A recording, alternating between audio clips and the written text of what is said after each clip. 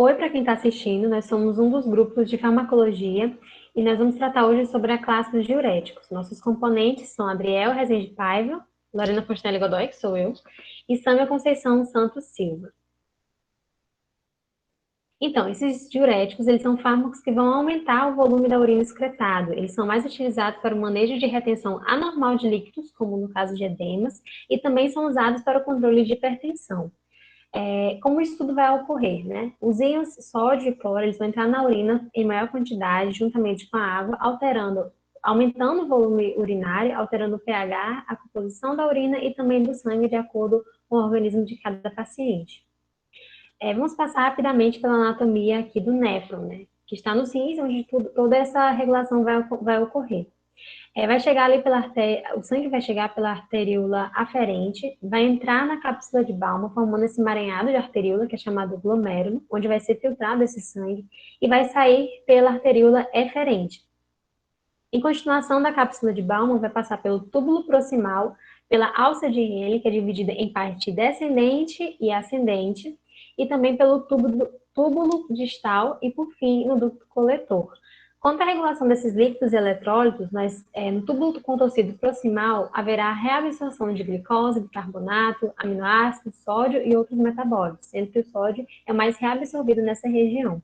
Já na alça de Henle, vai depender muito do local onde está, né?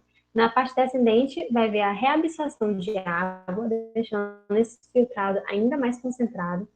Na parte ascendente, ela é impermeável à água, onde vai haver reabsorção apenas dos eletrólitos, como sódio, potássio e cloro.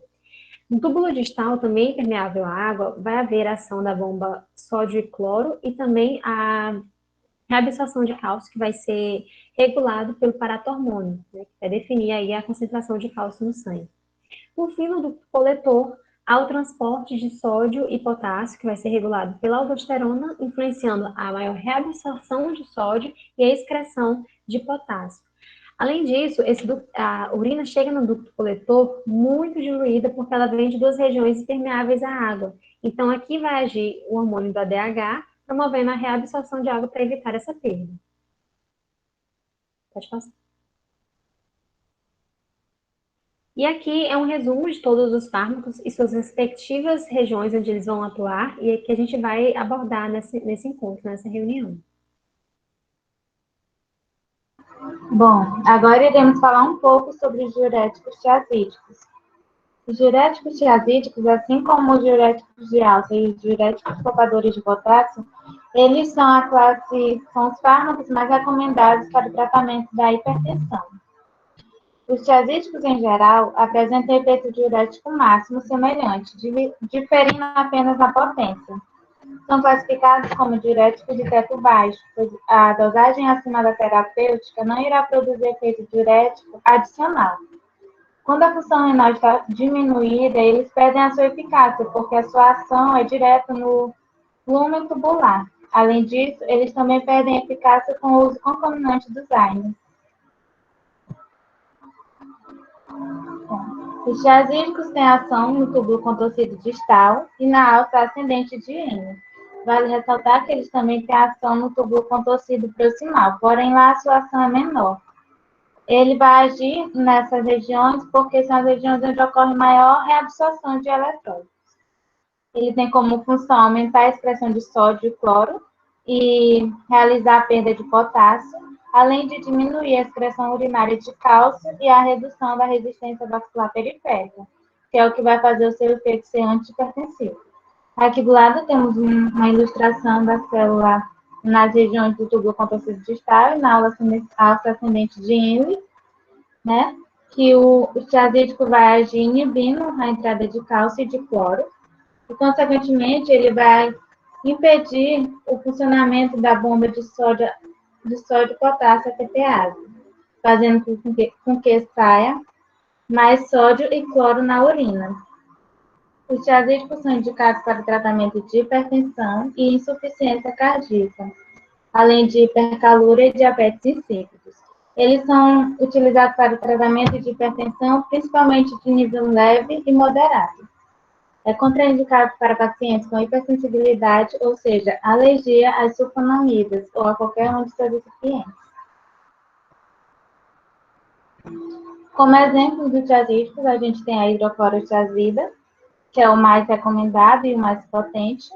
Ele vai atuar principalmente na região cortical da alça ascendente de N e no túbulo contorcido distal, diminuindo a reabsorção de sódio pela inibição do cotransportador de sódio e cloro. A hidroclorotiazida, ela pode ser administrada por via oral e absorvida rapidamente pelo trato gastrointestinal. Ela não é metabolizada, mas é rapidamente excretada pelos rins. Pode causar efeitos adversos como a tontura, cefaleia e distúrbios gastrointestinais, como vômito, náusea e constipação. Seguido da hidroclorotiazida, a gente tem a clotardilona, que vai possuir o mesmo mecanismo de ação, que é reduzindo a reabsorção de sódio e cloro, por meio da inibição do estimulador sódio e cloro na membrana apical das células tubulares. Ela é administrada por via oral e é um fármaco de duração de ação prolongada. Frequentemente é usada uma vez ao dia, assim como todos os outros tiazídicos. Possui efeitos adversos, como a hiperglicemia, pois ela vai atuar na liberação da insulina, diminuição de apetite e desconforto abdominal. Em doses elevadas pode causar hipocalemia e a hiperuricemia. A hipocalemia, que é o aumento do nível de potássio no sangue. Pode passar.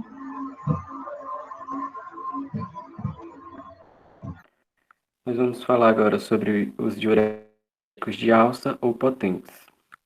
São chamados de diuréticos de alça porque eles vão atuar no ramo ascendente da alça de Henle, né, que é essa porção mais espessa da alça de Henle.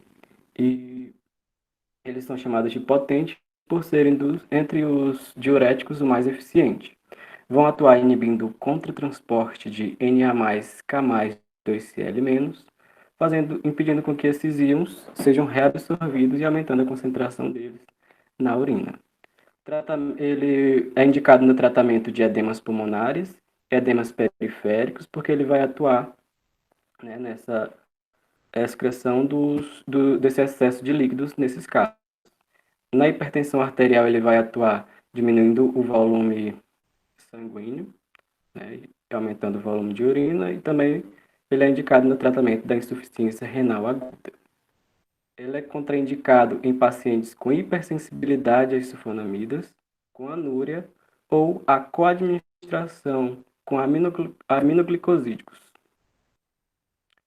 Os diuréticos de alça, eles têm como principais representantes a bumetanida, a furosemida, a torzemida e o ácido etacrínico. O mecanismo de ação vai ser inibindo o contratransporte de Na+K+2Cl- na porção ascendente da alça de Henle, impedindo que sódio, potássio e cloro sejam reabsorvidos. A farmacocinética vai ser pela administração por via oral ou parenteral, a via parenteral em situações de emergência. Sua duração é relativamente curta, de 2 a 4 horas, permitindo aos pacientes preverem a janela da diurese. São secretados na urina e aquilo que não é secretado na urina é metabolizado no fígado. Os efeitos adversos são a ototoxicidade, que é quando a orelha interna é inflamada, e a alcalose metabólica, e a hipocalemia, que é a perca do íon potássio, e a hipomagnesemia pela perca do íon magnésio. Então, diuréticos poupadores de potássio, né, é uma outra classe. Ela vai atuar no ducto coletor, que é a última região ali do néfron, e tem como função inibir a reabsorção de sódio e a excreção de potássio. Vai inibir exatamente na ação da aldosterona. Ele é indicado para o tratamento de hipertensão e insuficiência cardíaca e é contraindicado para pacientes com disfunção renal devido ao aumento do risco de hiperpotassemia, exatamente porque vai haver esse acúmulo de potássio no corpo. Pode passar. Dentro dessa classe, nós temos os antagonistas da aldosterona. Como exemplo, a espironolactona, que vai bloquear a produção de proteínas mediadoras desse estímulo da troca entre sódio e potássio no ducto coletor. Então, com a diminuição dessas proteínas, vai diminuir, consequentemente, a reabsorção de sódio e a secreção tanto de potássio quanto do hidrogênio. Ele pode ser administrado por via oral, é muito biotransformada e metabolizada no fígado, com a disponibilidade que excede 90%, por isso ela é muito eficaz e é um dos mais utilizados. Os seus efeitos adversos, eles podem causar distúrbios gástricos, pelo fato da espironolactona ser um esteroide sexual, nos homens ele pode causar ginecomastia, que é o aumento dos seios, e nas mulheres pode causar irregularidades menstruais. Além disso, pode ocorrer a hiperpotassemia pelo acúmulo, né, de potássio, náuseas, letargia e também a confusão mental. Pode passar. Outro exemplo de antagonista da aldosterona é a eplerenona, que tem ações comparáveis à espironolactona, mas tem menos efeitos endócrinos. E, além disso, o efeito pode ser reduzido pela administração conjunta de AINES. Ela é administrada também por via oral e ela é biotransformada pelo citocromo P450, 3 a 4. E os seus efeitos adversos também são semelhantes à espironolactona. Pode passar. Dentro dessa classe também temos o triantereno e a milorida, que tem como ação bloquear os canais de transporte de sódio, que vai resultar em diminuição da troca de sódio e potássio. Então, aqui, qual vai ser a diferença daquele primeiro, né, dos antagonistas de aldosterona, para o triantereno e a milorida? Lá vai inibir essa bomba de sódio e potássio, vai inibir essa troca, e aqui vai bloquear apenas os canais de sódio. Então, vai ocorrer essa troca, mas de forma reduzida, tanto que ele não é muito eficaz. Eles são comumente usados com associação a outros diuréticos, e como efeitos adversos, o triantereno pode causar o aumento do ácido úrico, cálculos renais e a retenção de potássio. Já a milorida, ela pode causar cefaleia, fraqueza, náusea e também a perda de apetite.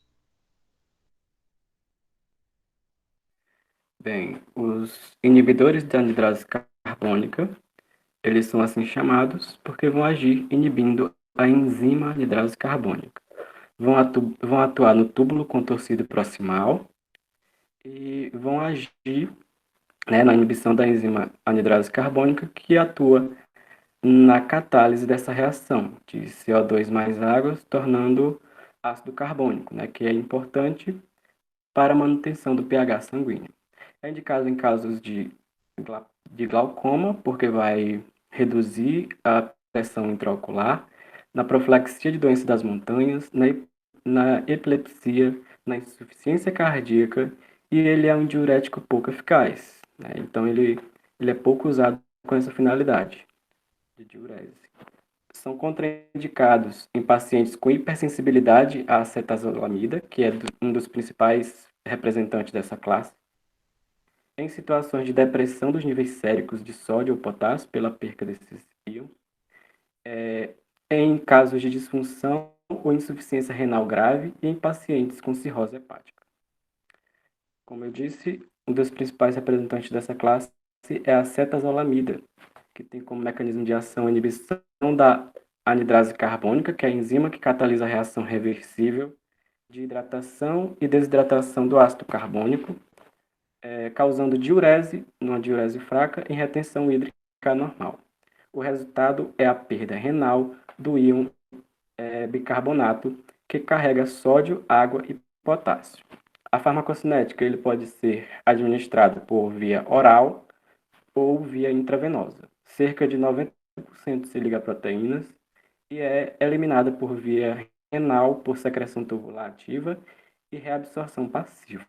Os efeitos adversos: acidose metabólica pela perca do íon bicarbonato, depressão de potássio pela perca do íon potássio e formação de cálculos renais pela deposição de soluto, sonolência e parestesia, que é o formigamento. Para finalizar, iremos falar sobre os diuréticos osmóticos. Bom, os diuréticos osmóticos são substâncias endógenas que têm ação na alça descendente de N e no túbulo proximal. São os locais onde ocorre maior reabsorção de água. Eles vão atuar no aumento da excreção de água em vez de sódio. e são indicados para pacientes com insuficiência renal aguda devido a choque, toxicidade por drogas e traumatismo. Também são indicados para o tratamento da hipertensão arterial e para pacientes com aumento da pressão intracraniana. Os diuréticos osmóticos, eles são indicados também para a manutenção do fluxo urinário após a ingestão de substâncias tóxicas. Pode passar. Bom, como exemplo de diuréticos osmóticos, temos o manitol e a ureia. Aqui temos o manitol, que tem a mesma ação que a ureia.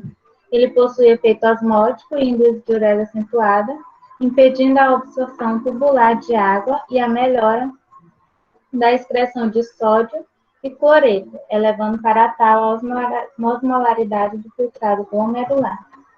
Deve ser administrado por via intravenosa e possui rápida ação.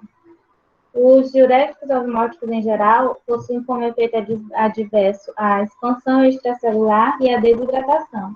Essa expansão vai ocorrer porque a presença de manitol e de ureia na célula, ela vai retirar água e vai causar hiponatremia, que é o nível baixo de sódio no sangue, né? Possui também como efeito adverso náusea, sede, dor de cabeça, tontura, taquicardia, dor no peito e hipernatremia. E aqui encerramos a nossa apresentação. Muito obrigada pela atenção de todos. Pode passar. Aqui temos as referências. Desculpa a referência. Obrigada.